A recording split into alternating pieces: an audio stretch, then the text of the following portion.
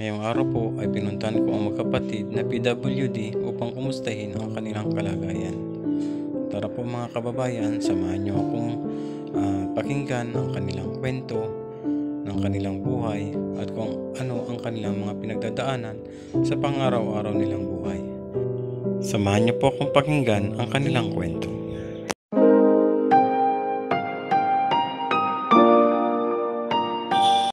Dahil sa mapagpalang araw po sa ating lahat, welcome back po sa ating channel, Sherwin TV.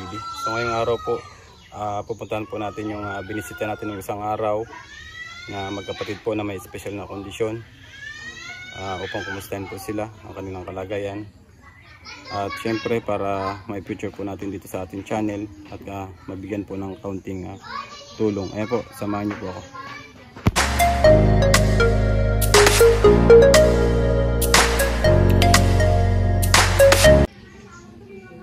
So ayun po, andito na po tayo. Ayan, tingnan po natin, bisitahin natin sila. Ayan, siya po si Angela. Ano, Angela, hello Angela. Kumusta?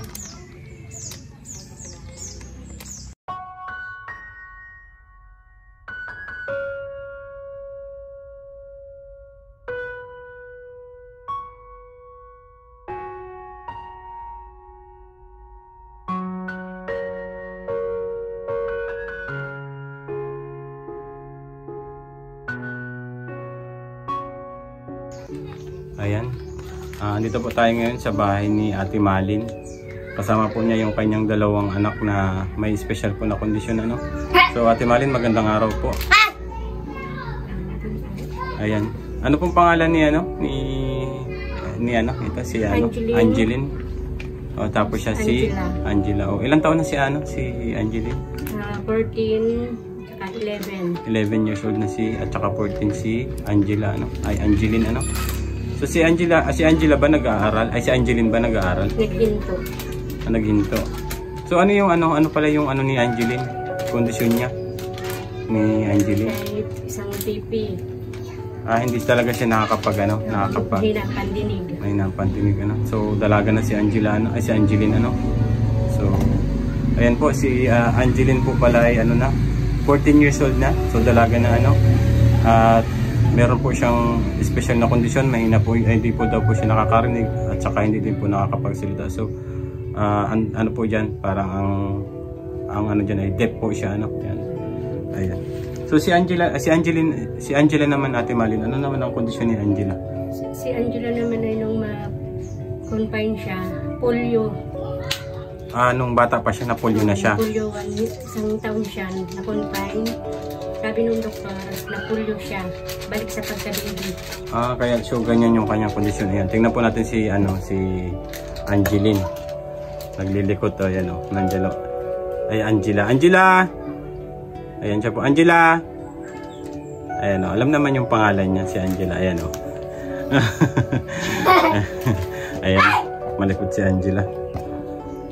Ayan, so ano ba yung ano yung sabi ng doktor kay Angela. Kay Angela muna tayo kasi ano yung kanyang ano talaga siya no, na polio pala siya ano. Yun yung finding sa kanya na polio siya si Angela mula nung baby siya. So mula noon kanya na talaga yung kanyang kondisyon. Hindi na. So 11 years old na siya ano. Pero yung kanyang pag-iisip is parang baby pa rin. So hindi siya nakapag-aral kahit nakatungtong ng ano. Hindi. So ganyan na siya. 11 years old na pero parang baby pa rin. So ano yung ano ni Angeline, ay ni Angela, ano yung ano niya, ano yung pagkain niya? Yung lang, biscuit, tsaka kanin, lugaw. Yun lang yung mga malalamot. Kaya lang yung bawal ang matitigas. Yung malalambot lang na pagkain ano. Kasi syempre yung ano niya, hindi siya normal yung pag ano niya, yung pagkain or panguya. So nung nagbisita ako dito, nabanggit mo sa akin na si Angeline ay si Angela ay nagda-diaper pa, totoo ba yan? Diaper, nagdididi pa sa buti. Ayun ano. So yan po mga mga kaibigan, si Angela po ay si Angela po pala ay dumedede pa po at the same time nagda-diaper pa po sa kanyang edad na 11 years old ano. So talagang nakakaano po yung kondisyon ni Angela, talagang nakakalungkot po ano. So nakakaawa din sa ano sa kanyang edad na ano na 11 years old ay nag-aano pa pala siya, nagda-diaper at saka nagkagatas pa no. So hindi siya nakakakain pa ng normal. Ayan, kay ano naman tayo, kay Angeline naman tayo.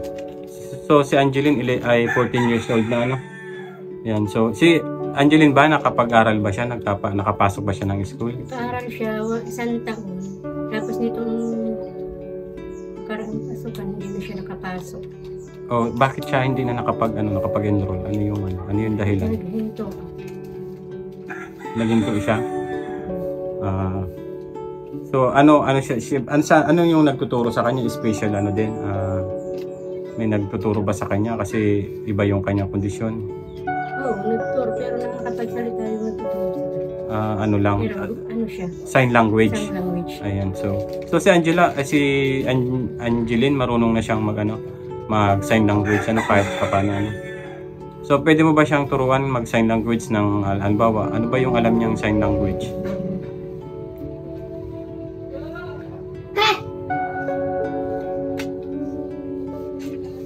Oh, ayan po ano. Marunong naman siyang mag-sign language. Kailang mahihayin po talaga si Angeline. Mahihayin po siya. Ano? So ano naman yung inyong hanap buhay, Ate Malin? Ito, tama lang sa ilog. Ayan. Graba.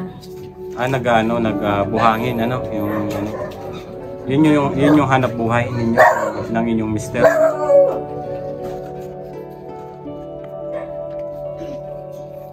Kumusta naman yung yung inyong araw-araw na buhay? Nakakaraos naman. Nakakaraos man kahit kapatid. Oo. So, ang natin yung dalawang bata yung dalawang anak mo na may special condition So, lalo na si Angeline dalaga na. Dalaga na siya. Pero ganyan yung kanyang kondisyon. So din, kumbaga kailangan din siya bantayan or asikasuhin din kasi nga mahina yung kanyang pandinig, hindi siya nakakapagsalita ng maayos. So sana may sa atin, may makapagbigay ng konting tulong para po masuportahan po yung halimbawa magusto ulit na mag-aral si Angeline ng pagpapatuloy ng kanyang sign language para makapag-aral po siya kasi dalaga na po si Angeline. Kung titingnan niyo po, 14 years old na po pala siya Ayan, dalaga na. Ate Malin, sa ngayon ba may may mga gamot ba silang iniinom? May mga gamot ba sila? Wala. Wala. Wala siyang gamot na iniinom. Kahit si Angela wala siyang gamot na iniinom. So ano yung sabi ng doktor sa kanila? Wala na bang wala na? Wala. Pag nagkasakit siya, nagbalik yung convulsion niya, pwede siyang balik dun kay Doc. Bibigyan na siya ng maintenance. May maintenance na si Angel. Pag nag-convulsion. Nag-convulsion ulit. So na-convulsion na pala siya, na-hospital siya, yun, na-confine pala si Angela. Tuwing magkakasakit, natarak. Oo, tumitirik yung yung mata. Napaka nung sakit na yun, nakakatakot yun. Saka sa kondisyon ni Angela na ganyan. 11 years old, isip bata, syempre tapos merong ganun pang kondisyon na sinusumpong pala ng ng convulsion. So ayan, niyo po si Angela kung ano po yung kanyang ginagawa. Ganyan lang po si Angela patingin-tingin lang siya dyan sa labas. So, hello Angela. Hindi rin nakakapagsalita ng maayos si Ano lang yung kaya niyang bigkasin ni Angela? Ganun lang, mga simple. Ayun. Ganun lang po mga kababayan yung yung nasasalita. Ayan. Nasasalita ni Angela. So 11 years old na po pala siya, pero kung titingnan niyo po, parang pa lang siya. 4 years old, Ayan, tingnan niyo si Angela. So medyo nakakalungkot po na may mga po tayong ganyan, mga kababayan na may mga kondisyon na ganyan So sana po sa may mga mabubuting puso ay mapansin niyo po ang mga taong may ganitong kondisyon. Katulad po ni Angeline, is 14 years old na po siya, pero hindi pa po siya hindi na po talaga siya nakapag-aral ng dire-diretso yung about po diyan sa sa depth kasi mga sign language talaga yung pag-aaralan niyan tungkol dapat sa ganyan ano. Pero ano naman siya ano, nauutusan naman siya pagka marunong naman. Alam naman niya yung lugar dito ano. Kung halimbawa utusan bibili sa tindahan. Ayan. Pwede ko ba siyang ano? Pwede ba mag sign language siya ano ng kumusta? Alam niya ba 'yun?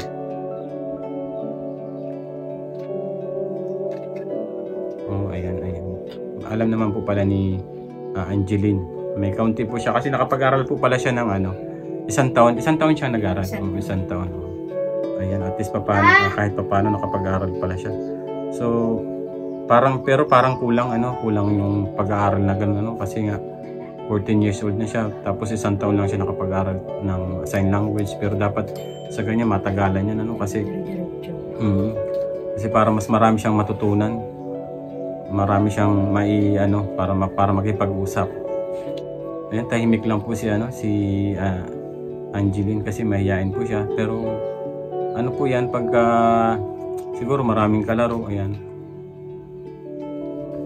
Ayan po si Angela. Ayan. Ano lang po siya. So ayan po, maraming salamat po sa pagpa-unlock po ninyo ng interview, Ate Malin, at the same time sa inyo pong dalawang anak. Ano? Ayan, sana po mayroon po tayong mga kababayan na may mabubuting puso na magpaabot po ng kaunting tulong kay Ate Malin at sa kanyang dalawang anak. So, ang hanap buhay po pala nung asawa ni Ate Malin ay nag-ano po sa ilog, yung nagagraba tsaka buhangin ano. So, minsan po pag bisitahin natin si tatay doon sa si kuya doon sa ilog, kung makukunan natin siya ng video, isasama po natin sa ating vlog. Ayan. So ayan, Ate Malin, hingin lang po kita ng konting mensahe. Doon po sa makapapanood po ng video namin. Hindi po ko lang konting tulong para sa dalawang anak ko po ng PWD. Sana po mabigyan ng hearing aid si Angeline. Ayan, so kailangan niya ng para at least kahit paano makano siya hearing aid. Siya yun ng doktor, kumbaga payo ng doktor yun na kailangan. Ayan, so meron po palang ang doktor na maaari po palang magamit ng hearing aid si Angeline upang kahit po paano ay makarinig ng kaunti